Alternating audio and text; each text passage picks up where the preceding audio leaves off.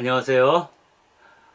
이번 시간에는 이 판화를 갖고 이야기를 시작하도록 하겠습니다.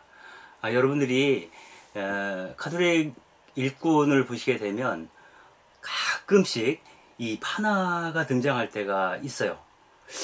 요즘 들어서 특별히 이렇게 마음에 와닿는 그 판화이기 때문에 제가 자주 쓰게 되는데, 도대체 이 판화에 나오는 이 여인은 누굴까 굉장히 궁금했어요. 그래서 이렇게 저렇게 자료를 찾아보니까 미국의 아주 유명한 노동운동가였더라고요. 게다가 페미니스트이기도 합니다. 그래서 이 여성에 대해서 이야기를 하면서 오늘 이야기를 좀 나눠볼까 합니다. 이분은 엘리자베스 컬리 플린이라는 여성입니다. 1890년부터 1924년. 그러니까 도로시 데이보다는 한 2, 30년 정도 먼저 태어나서 활동을 했던 분이시고, 실제로 그 활동 기간 중에 도로시 데이를 만나기도 했던 그런 여성입니다. 이분이 남긴 아주 유명한 말이 있습니다.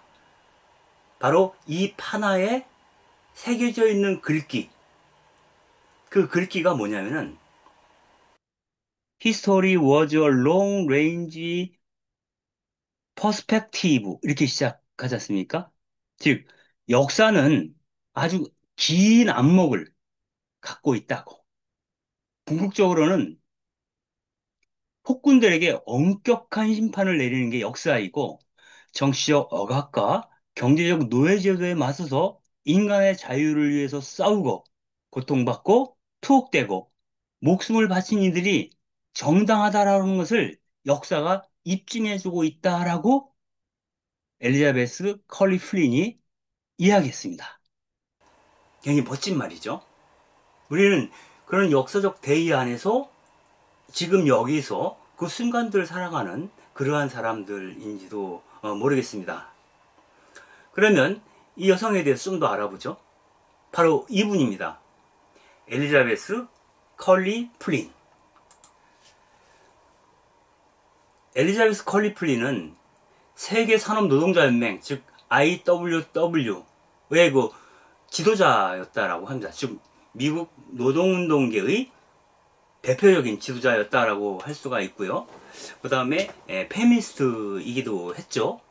그리고 한때는 미국 시민자유연맹 ACLU라고 하는 것의 창립 멤버이기도 했어요. 여기서는 여성들의 권리를 주장하고 피임과 여성 참정권을 지지하는 그러한 운동을 전개했다라고 합니다. 이러한 점에서는 아마도 그 도로시데이가 젊은 시절에 여성 참정권 운동에 적극적으로 참여를 하지 않습니까? 아마 그 시기에 이 컬리 플린을 만나지 않았을까 하는 생각을 해볼 수가 있습니다.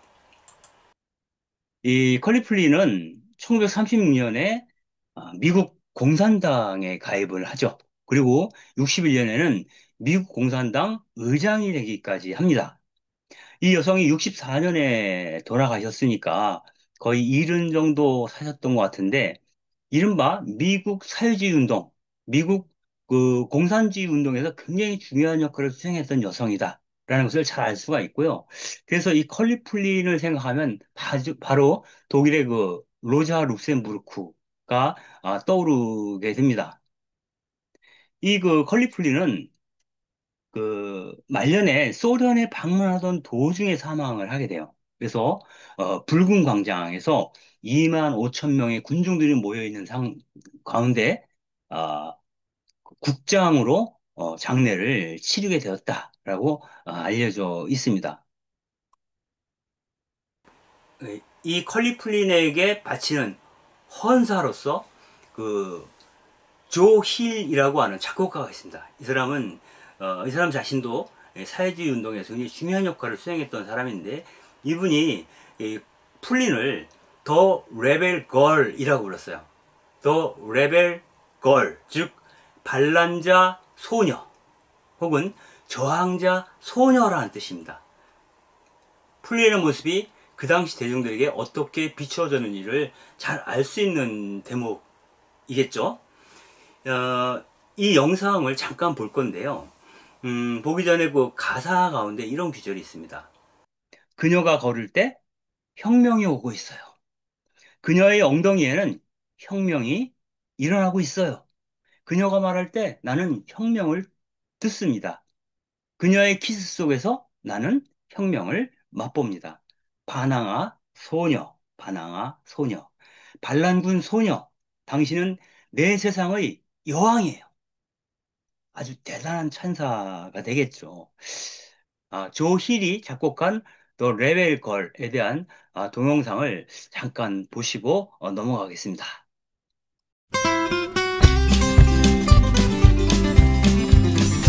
There are women of many descriptions in this queer world, as everyone knows. Some are living in beautiful mansions and are wearing the finest of clothes.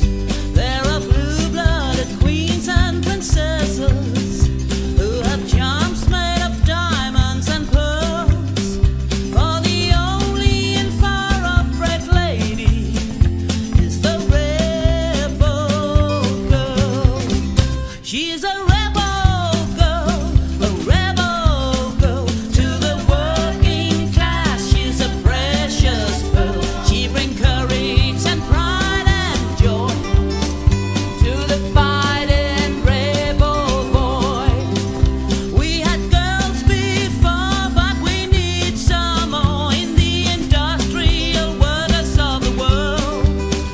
For it's great to fight for freedom with a rebel girl. Yes, her hands may be hardened from labor, and her dress may not be very fine, but her heart in her bosom is beating. That is true to her class and her kind. And the drafters in terror are trembling when her spite and defiance she'll hurl. For the only and far-off red lady is the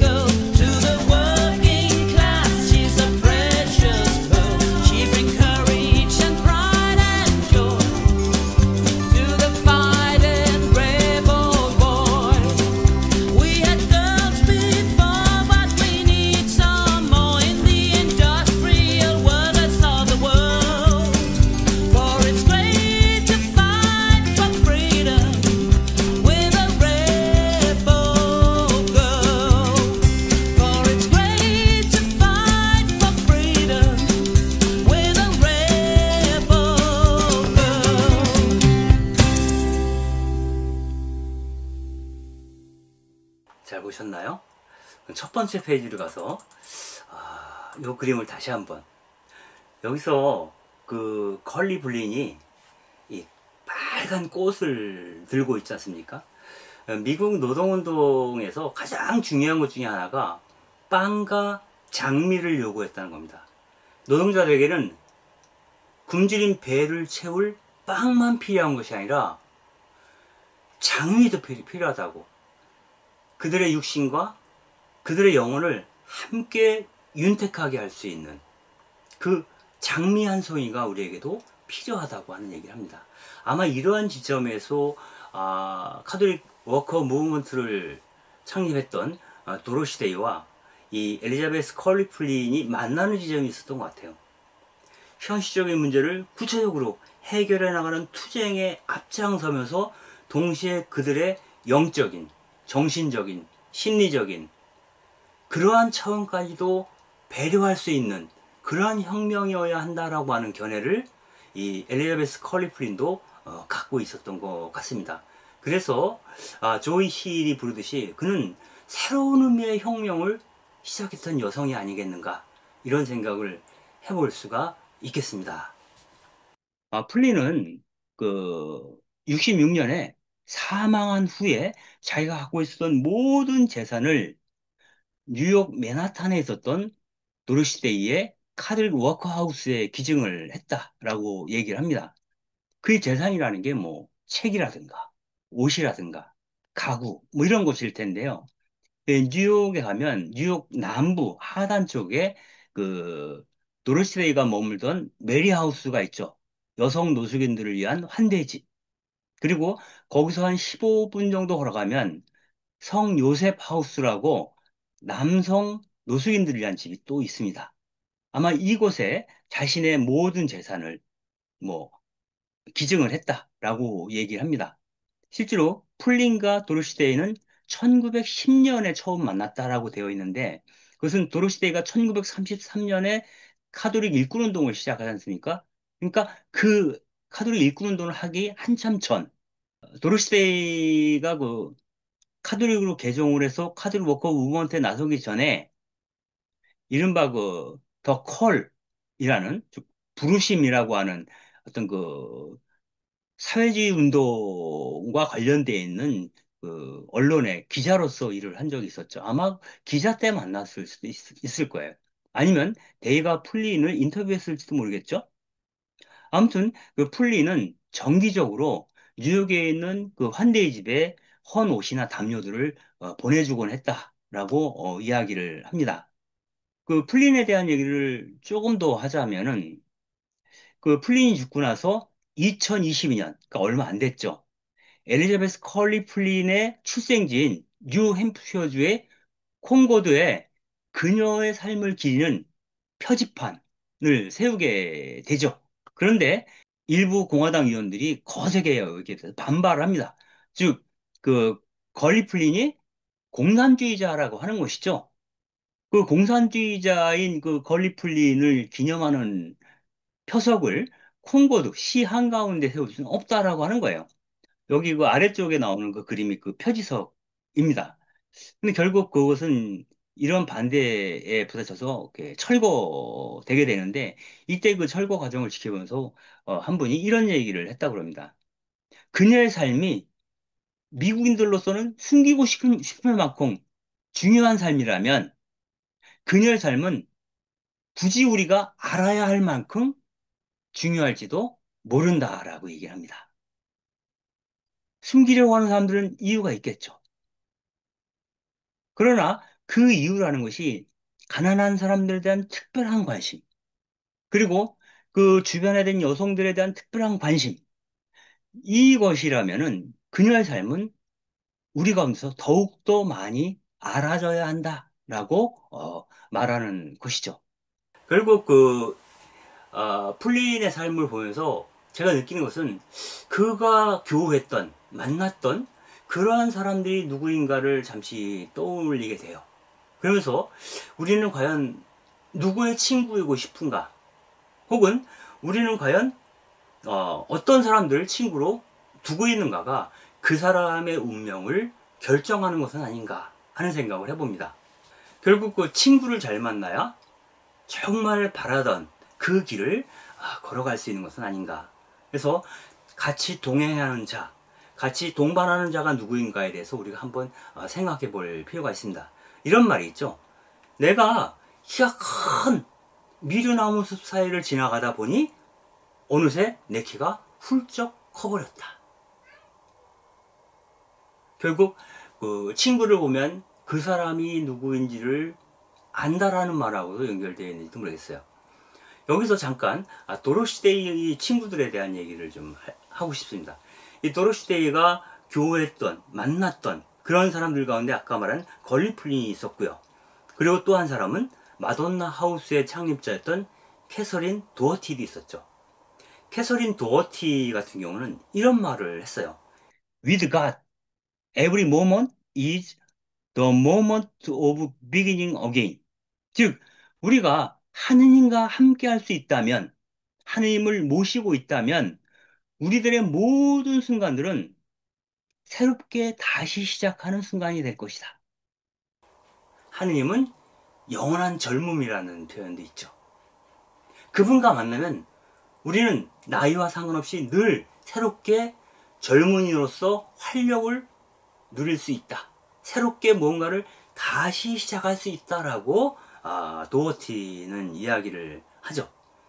또 하나, 믿음은 인생살이의 어두움과 다가올 미래에 대한 희망 사이를, 그 어두움과 미래에 대한 희망 사이를 소박한 어린아이들처럼 걷는 것이다. 그래서 우리가 마주치는 현실은 항상 불안하고 위태로울 수 있어요. 그리고 우리의 마음대로 되는 게 별로 없잖아요. 그렇지만은 우리가 바라는 희망의 영역은 또 따로 있죠. 그래서 우리의 희망과 현실 사이에서 흔들릴 수는 있지만 그래도 그 안에서 어린아이처럼 단순하게 걸을 수 있을 때 우리는 그것을 믿음을 가진 사람의 삶이다 라고 말할 수 있겠다 라고 도어티는 이야기를 합니다. 또 한 사람, 도로시데이와 같이 활동했던 사람이 토마스 머튼이죠. 토마스 머튼은 도로시데이가 만들던 칼 워커라는 신문에 그 전쟁의 뿌리는 두려움이라고 하는 글을 연재합니다. 즉 그리스도교적 평화론에 대해서 연재를 한 적이 있는데 머튼하고 깊이 교제했다라고 볼 수 있겠습니다. 이 머튼이 여러 가지 말을 했지만, 그리고 여러분들한테 가장 잘 알려진 책은 칠층산 같은 책이죠. 이분이 이런 얘기를 해요. 저희 주 하느님, 저희는 저희가 어디로 가는지 모릅니다. 저희 앞에 놓여있는 길을 보지 못합니다. 그 길이 어디서 끝날지도 확실히 모릅니다. 저희가 길을 잃고 죽음의 그늘에서 헤매는 것처럼 보일지라도 저희는 늘 주님을 믿습니다. 주님께서는 늘 저희와 함께 계시고 저희가 홀로 위험에 맞서도록 내버려 두시지 않을 것임을 믿기에 저희는 두려워하지 않습니다. 그 두려움에 가득 찬 사람들이 자기를 보호하기 위해서 시작하는 것이 싸움이죠. 그리고 그것이 그 싸움이 확장된 형식이 전쟁이라고 볼 수 있습니다. 그런데 주님께서 늘 나와 함께 계심을 믿는다면 내게서 두려움이 떠나고 나는 어떤 상황에서도 가야 할 길을 굳굳이 걸어 나갈 수 있는 것은 아닌가. 그리고 내 미래에 대해서 우리가 명료하게 알지 못하지만 그래도 그분이 내 손을 잡고 이끌어 주실 것이다 라고 믿는다면 우리는 어린아이 같은 마음으로 그 길을 따라 걸을 수 있는 것이 아닐까 하는 생각을 다시 한번 해볼 수 있습니다. 그래서 도어티의 생각과 토마스 머튼의 생각과 도로시데이의 생각과 플린의 생각이 같은 궤를 갖고 있다라고 이야기할 수 있겠습니다. 여기서 한 분 더 이야기하고 싶은 사람이 있는데요. 정의로 신부님입니다. 정의로 신부님은 예수의 사제였죠. 그리고 얼마 전에 기일이었어요.